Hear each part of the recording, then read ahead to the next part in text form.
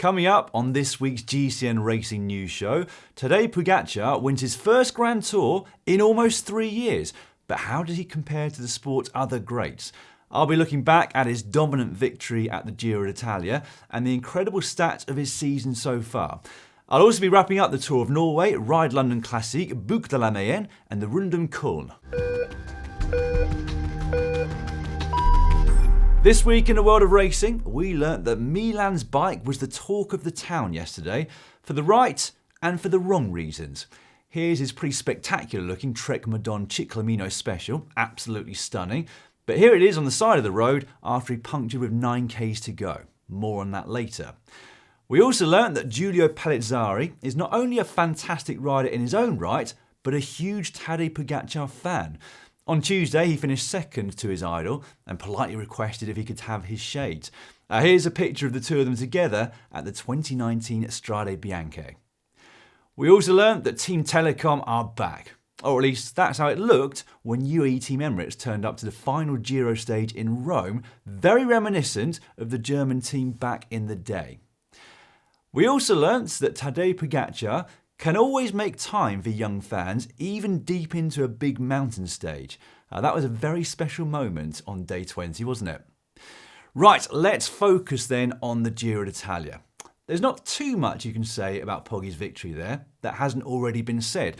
We all knew that he was the big favourite going into the race, so it wasn't a surprise to see his dominance. That said, I personally really enjoyed the whole race. Although the GC was effectively wrapped up early, almost every stage was entertaining. And I think that was in part because the other teams knew they would have to ride a bit less cautiously if they wanted to get anything out over 3 weeks. Ineos Grenadiers and Decathlon AG2R both took stage wins over the 3-week race, despite their GC ambitions. So I would give the race a 7 out of 10 this year, I reckon. I really enjoyed it, but I'd be interested to hear your thoughts as well. Leave your ratings for the 2024 Giro in the comments section below. Did it entertain despite the inevitability of the overall result, or did it not live up to your expectations? I'll do my usual statistical roundup of Pogačar's performance now. So his winning margin of 9 minutes and 56 seconds was the biggest at the Giro or any Grand Tour since 1965. He equalled Eddy Merckx's tally of 5 stage wins in the pink jersey, but went one better by winning one without the leader's jersey on stage 2. The last rider to win 6 stages of a single Grand Tour was Mark Cavendish in 2009, but you have to go back 30 years to find the last non-sprinter to have done the same, Tony Rominger at the 94 Vuelta. His 6th stage win into Bassano del Grappo was the 13th win of his season so far from a total of 31 race days. He's become the 3rd youngest rider in history to have been on the podium at all 3 Grand Tours. That's behind Bernardino and Felice Gimondi. And they are the only 3 riders in history to have finished on those podiums at their first time of trying. Now, the worrying thing for his rivals is that he appears to be getting better and better. That's certainly what he said himself, whilst Geraint Thomas of Ineos Grenadiers described him as the best rider he's ever competed against or with. And that's saying something for a rider that turned pro back in 2007. We should also take a moment to commend his team. There was a lot of talk about being the B squad leading into the Giro d'Italia, with the likes of Almeida, Ayuso, Sivakov and Yates all absent. But not only did all 7 of his teammates make it to Rome, they offered him the support he needed every single step of the way. There wasn't really a moment throughout the 3 weeks where you got the sense they'd lost control of any situation. So, my hat is tipped to Starker-Langen, Maika, Oliveira, Grosschartner, Novak, Biel and Milano. The scary thing is that their Tour de France roster is going to be stacked this year. As neutral viewers, we really have to hope that Jonas Vingegaard manages to get back close to his best, and the same for Remco Evenepoel and Primož Roglic. Pogačar has 34 days now to recover and then rebuild ahead of the start of the Tour de France, which is in Florence on the 29th of June. There were some brilliant performances over the final week outside of Pogačar though, which I'll hone in on now. I'm going to start with the final podium. Dani Martinez's best result at a Grand Tour before was 5th at the Giro in 2021. There he was riding at the service of teammate Egan Bernal, who won the overall classification. But that was the only time that Martinez had ever finished in the top 25 of a Grand Tour, and because of that, I really had my doubts about whether he'd have the consistency to finish on the podium here. Well, he certainly proved me wrong. Martinez put together an incredibly consistent 3 weeks of racing to finish second overall. Given who he finished second to, I reckon that must feel almost like a win in itself. Bora Hansgrohe didn't manage to take a stage win, but they continue to rise up the ranks of Grand Tour GC teams. Geraint Thomas became the second oldest podium finisher at the race by coming third. What's most impressive about him is his ability not to lose chunks of time on days where he's not feeling 100%. By his own admission, he wasn't at his best over the final week of the race, but he never panicked, he rode his own tempo, and that was rewarded with his 5th Grand Tour podium placing from his last 8 starts. At 38 years old now, he is starting to wind down his career a little, but speaking to GCN, he did say he might have one final GC hurrah before he retires. He'll be at the Tour de France in a few weeks' time as well, at the service of his teammates. 4th overall was Ben O'Connor. Like Thomas, he was a little under par over the last week, so he can be more than satisfied with his ride. Decathlon AG2R took a comfortable win in the team's classification, whilst Valentin Paré-Pant was one of the MVPs of the race. And I reckon his ride on Monte Grappa on Saturday at the service of O'Connor was particularly impressive. Antonio Tiberi has given Italian fans reason to be hopeful for the future. They've not had a lot to cheer about in terms of Grand Tour GC since Vincenzo Nibali retired, but Tiberi's 5th place and Best Young Rider win suggests they will do soon. Were it not for the mechanical problem that he had on day 2, he'd have actually been very close to the final podium. Thymen Arensman rescued what looked like it could be a disastrous race on the opening couple of stages. He rallied really well to take 6th overall, whilst Eina Rubio of Movistar took his first ever top 10 at a Grand Tour in 7th. Jan Hirt finished a commendable 8th, Romain Bardet 9th, and a great ride by Michael Storer on stage 20 propelled him into the top 10. He had to feel for Filippo Zanna of Jaco Alula that day though. He fell at the very last hurdle and unfortunately dropped out of the top 10. Jonathan Milan of Lidl Trek comfortably won the points classification, but he was unable to take a win in the final week. So on Thursday into Padova, he was caught out of position going into the final right-hander and had already made a big effort to get next to Malir before they both kicked for the line. Then yesterday in Rome, well, that was a different matter altogether, wasn't it? As I mentioned at the start of the show, he punctured at the start of the final lap, and I gave him around a 10% chance of even getting back to the peloton, let alone then contesting the sprint at the end of the stage. Well, he did both, but must have paid for that effort, surely. On both those occasions, it was Tim Malir of Soudal Quickstep who got the better of him. So before this Giro, he'd actually never won a stage beyond day 3 of a Grand Tour, and I think he was very happy to prove his doubters wrong with 2 wins over that final week. Tadej Pogačar also won the Mountains Prize, but I've got to mention the 2 future superstars who finished 2nd and 3rd in that competition. Giulio Pellizzari of VF Group Bardiani was the youngest rider at this year's Giro, and he had a final week that he's never going to forget. Second to Pogačar on stage 16, he received a pair of shades and a pink jersey for his efforts, and on stage 20, he almost curtailed the plans of UAE Team Emirates by attacking the first time up Monte Grappa. It wasn't to be, but his ride that day rewarded him with 2nd place in the mountains competition, and so he got to the line-up in the blue jersey on the front row at the start of the final day going into Rome. Incidentally, Pogačar smashed the Strava record up Monte Grappa that day. He went up it 2 minutes faster than anyone else on the stage itself and almost a minute quicker than Nairo Quintana was in 2014 in what was a mountain time trial.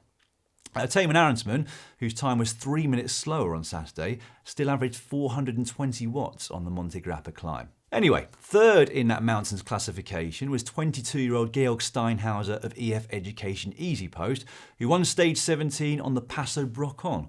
His boss, Jonathan Vaughters, had already been praising Steinhauser's fatigue resistance in the opening week of the race, and he certainly lived up to that billing. What made his win even more impressive that day was that he'd been in the early break that was caught, but he still had the strength and the tenacity to make another move which ended up sticking. Now often when a rider is caught from the early break, their motivation is killed and they wait for another day. Not the case for Steinhauser though. That was one of the best wins of the entire race. And that just about wraps up the first male Grand Tour of the season. All thoughts will soon of course turn to the warm-up races for the Tour de France and then the Grand Boucle itself. Just before I move on to other races though, I'm going to give you another quick plug for our shop, where our collection of Italian-themed t-shirts and sweatshirts are still available in small quantities along with some special edition mugs and camelback bottles. If you'd like to see the complete collection, all you need to do is head over to shop.globalcyclingnetwork.com. Right, I had better move on to the other racing from last week now, because there is an awful lot to get through. I'm going to start with the Boucle de la Mayenne in France, where Alberto Bettiol took his first ever general classification win. The 30-year-old attacked with 9Ks to go on stage 2 to take a solo victory there, which he and his team defended through to the end. Decathlon AG2R continued their amazing season by bookending the race with stage victories. Benoit Cosnefroy had won the opening day's prologue, whilst Valentin Retailleau foiled the sprinters on stage 3 to take his first ever pro win. The team's already racked up 23 wins already this year, level with Lidl Trek and only second to UAE Team Emirates, who are up to 38. At the Ride London Classic, there was a clean sweep of all 3 stages and the general classification. No prizes for guessing who.